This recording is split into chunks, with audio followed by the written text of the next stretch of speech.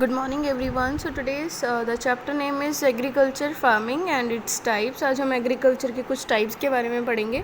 उससे पहले एग्रीकल्चर के बारे में जान लेते हैं. एग्रीकल्चर जो वर्ड है वो उसका ओरिजिन एगर वर्ड से हुआ है जिसका मतलब होता है खेत, कल्चर यानी कि कल्टीवेट करना. ठीक है जी. सो फैक्टर इन्फ्लुएंसिंग एग्रीकल्चर की अगर हम बात करें तो जो फैक्टर्स हैं कौन से इन्फ्लुएंस करते हैं एग्रीकल्चर को. पहली बात क्लाइमेट. ठीक है जी. सो क्लाइमेट जो है बहुत क्रूशियल है इसमें एग्रीकल्चरल एक्टिविटीज़ के लिए. जैसे कि जो क्रॉप्स हैं जो कोल्ड क्लाइमेट में उगाई जा सकती हैं वो किसी दूसरे एरिया में नहीं उगाई जा सकती. ठीक है जी. So cultivation is possible almost throughout the year. पूरे जो ईयर है वो कल्टीवेशन हो सकती है, बट डिपेंड्स कि आपके पास क्रॉप्स कौन सी आप जो है वो ग्रो करना चाहते हो. जैसे कि अगर हम राइस की और जूट की बात करें तो सबसे ज़्यादा पानी कंज्यूम करने वाली क्रॉप्स हैं ये. ठीक है. तो इनके लिए कैसी क्लाइमेट चाहिए, हैवी रेनफॉल वाला. ठीक है जी. मानसून रीजन जैसे.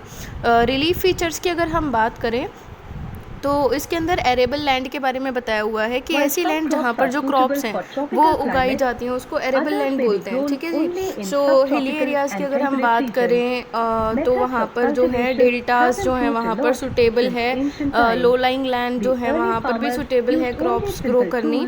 बहुत अच्छी ट्रांसपोर्ट फैसिलिटीज़ होनी चाहिए. उसके अलावा सॉइल की भी बात करते हैं. सॉइल ज़रूरी है क्योंकि सॉइल के अंदर केमिकल कॉम्पोजिशंस होते हैं जी, यानी कि अलग अलग तरह के जो केमिकल हैं वो उसके अंदर होते हैं. जैसे पेस्टिसाइड्स हो गए.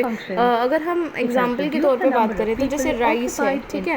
वो क्लेई सॉइल, एल्यूवियल सॉइल और ब्लैक लावा सॉइल उसके अंदर चाहिए है. ठीक है. जिससे कि जो है राइस जो है वो इजीली ग्रो हो सकते हैं. उसके अलावा अगर हम बात करें सोशो इकोनॉमिक फैक्टर्स की, सो सोशो इकोनॉमिक फैक्टर्स में आते हैं जी labour, capital, market, cost of farming, system of land ownership, government policies कैसी चल रही हैं कैसी नहीं चल रही, कितना पैसा है हमारे पास, साइंटिफिक टेक्नोलॉजीज़ कितनी है, जैसे ट्रैक्टर्स आ गए हैं, ट्यूबवेल्स हैं हमारे पास. ठीक है. उसके अलावा भी बहुत पेस्टिसाइड्स हो गए. ठीक है. सॉइल टेस्टिंग जो सेंटर्स हैं वो ओपन हो गए हैं. सो इसके अलावा अगर हम टाइप्स ऑफ फार्मिंग की बात करें, सबसे पहले हम कमर्शियल फार्मिंग के बारे में बात करते हैं. कमर्शियल फार्मिंग का मतलब होता है ऐसी क्रॉप्स जो कि कल्टीवेट की जाती हैं किस लिए, लाइफ स्टॉक के लिए भी, और रियर्ड की जाती हैं commodity to sell in the market. ठीक है जी. सो इसके अंदर क्या है, जो फार्म्स हैं जो कि बहुत बड़े स्केल पे जो हैं ग्रो करते हैं, एक्सटेंसिव फार्मिंग ऑपरेशन जो है वो करते हैं. सो commercial farming most of the world is done by machines के द्वारा होता है. कमर्शियल फार्मिंग के अंदर आती है commercial grain farming, mixed farming और प्लांटेशन फार्मिंग. उसके अलावा कमर्शियल ग्रेन फार्मिंग की अगर मैं बात करूं तो कमर्शियल ग्रेन फार्मिंग जो है वो जनरली कमर्शियल पर्पस के लिए की जाती है. लार्ज स्केल पे होती है. वीट और मेज इसके एग्जांपल हैं. ठीक है. सो जो ये फार्म्स हैं ये कोई लो पॉपुलेशन डेंसिटी वाले एरियाज में ही पाए जाते हैं. साइंटिफिकली मैनेज्ड होते हैं. ठीक है. मॉडर्न फार्म्स इस तरीके के होते हैं. एक्सटेंसिव एग्रीकल्चर जो है वो भी फार्म्स में होता है, मशीन्स की हेल्प से होता है. ऑपरेशंस जो है उसमें जैसे कि सोइंग करना, कुछ बीज बोना, थ्रेशिंग, हार्वेस्टिंग, ये सब होता है उसमें. ठीक है. ये north America, Europe and Asia इसकी एग्जांपल हैं जहाँ पर टेम्परेट ग्रासलैंड पाया जाता है. इंडिया में कुछ जगह हैं जहाँ पर जो क्रॉप्स ऐसे उगाई जाती हैं जैसे पंजाब एंड हरियाणा. इसके अलावा मैं बात करना चाहूँगी सब्सिस्टेंस एग्रीकल्चर की. ये जो है मोस्ट बेसिक फॉर्म है एग्रीकल्चर की. ठीक है. इसको प्रिमिटिव एज से इसको यूज़ किया जा रहा है. इसके अंदर क्या होता है कि इसको अलग से दो पार्ट्स में डिवाइड किया जाता है. मैं पहले बताना चाहूँगी जैसे कि इंटेंसिव सब्सटेंसेस और प्रिमिटिव सब्सटेंस फार्मिंग जो है. इंटेंसिव में एग्रीकल्चर आता है, maximum usage of minimum land is done. बहुत सारा जो मैक्सिमम यूज़ किया जाता है और लैंड कम होती है. लैंड को कम से कम लैंड को यूज़ करके ज़्यादा से ज़्यादा प्रोडक्शन करना. ठीक है जी.